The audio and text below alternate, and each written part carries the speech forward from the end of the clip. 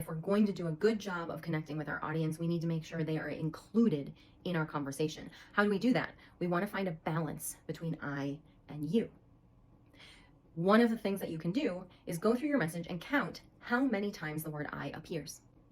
And then go through and count how many times the word you appears. Now, this gives you a metric, a data point. It doesn't actually have meaning, but it's a good way of testing where your attention is. If you have twice as many I's as you's, your message is weighing more towards your side of the conversation than the audience's side of the conversation. If you can get those closer to balanced, that might send a better signal to your audience. When you're counting I's and you's, you're only counting I, but you can count any time you appears. As you're reviewing your sentences, it's okay to use me and my. You want to count how many I's, because every time I appears, the sentence is about that I.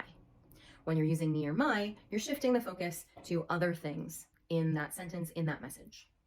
I want you to be able to count all of the you's so that you get a better balance without it being weird, because we typically drop it when we're giving commands.